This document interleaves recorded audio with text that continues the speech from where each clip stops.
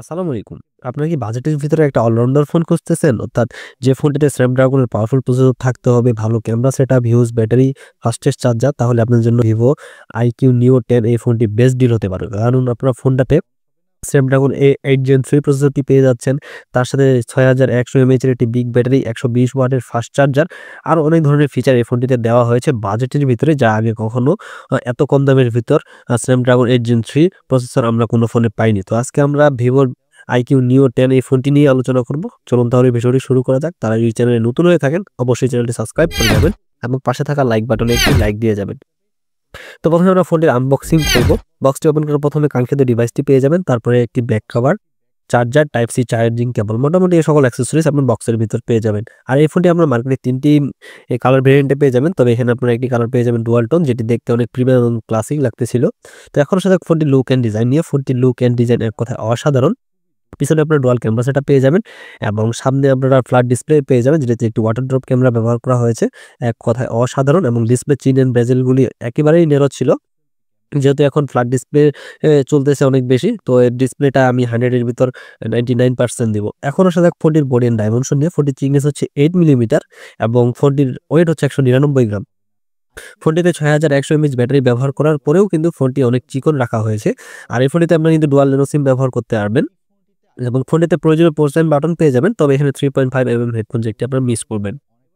এখন আসা যাক ফোনটি ডিসপ্লে কোয়ালিটিতে। এখানে আপনারা 6.78 ইঞ্চির একটি LTPO অ্যামোলেড ডিসপ্লে পেয়ে যাবেন, যেটাতে 1 বিলিয়ন কালার সাপোর্ট করে, এবং তার সাথে কিন্তু আপনারা এখানে 144 হার্জ রিফ্রেশ রেট পেয়ে যাচ্ছেন। তার সাথে HDR10 প্লাস এর সাপোর্ট তো থাকতেছে, এবং এখানে আপনারা ব্রাইটনেস হিসেবে 4500 নিটস পার ব্রাইটনেস পেয়ে যাবেন, যার ফলে আপনারা দিনের বেলা সূর্যের আলোতে ফোনটি ব্যবহার করতে কোনো ঝামেলায় পড়বেন না।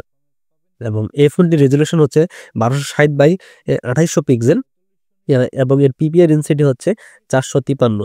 তো আপনারা যারা গেমিং এর জন্য এবং সোশ্যাল মিডিয়ায় অনেক বেশি ভিডিও দেখে থাকেন, তাদের জন্য এই ডিসপ্লেটি কিন্তু বেস্ট হতে আছে।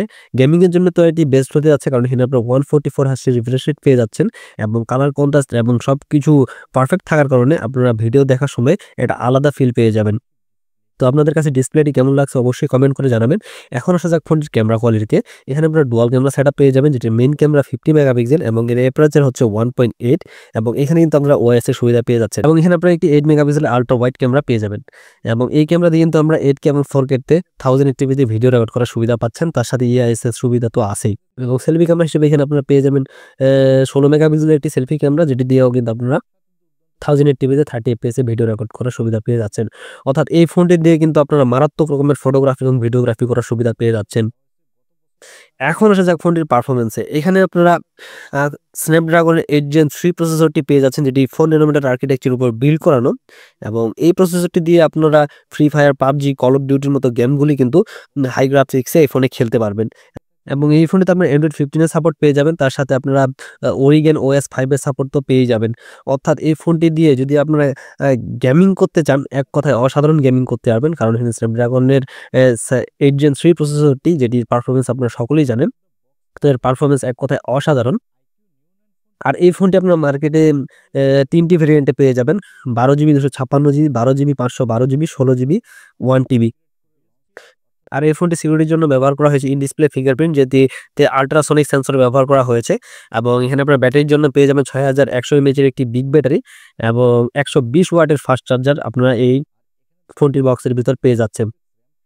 এখন কথা হচ্ছে এই ফোনটির প্রাইস কত। এই ফোনটি বাংলাদেশে আনঅফিসিয়ালি পাওয়া যাচ্ছে 45,000 টাকায়, চাইনিজ ভার্সনটা। তবে এটি যখন লঞ্চ হয় তখন এটা বাংলাদেশে কিন্তু 48,000 টাকায় ছিল।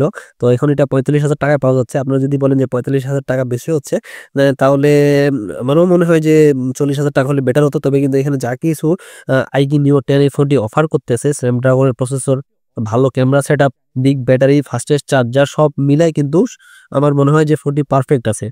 আশা করি আপনাদের ভিডিও ভালো লাগছে। ভিডিওটি অবশ্যই চ্যানেলটি সাবস্ক্রাইব করে দেন। আসসালামু আলাইকুম।